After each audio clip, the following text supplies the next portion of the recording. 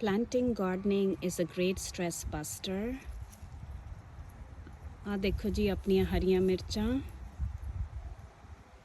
It takes about 20 days for them to change color to red.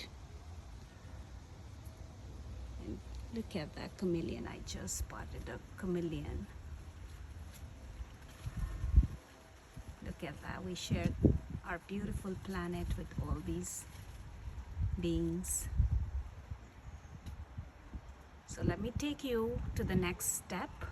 So then you pluck the red mircha and then we sun dry them for use throughout the year. You don't have to take out the crown of the mircha.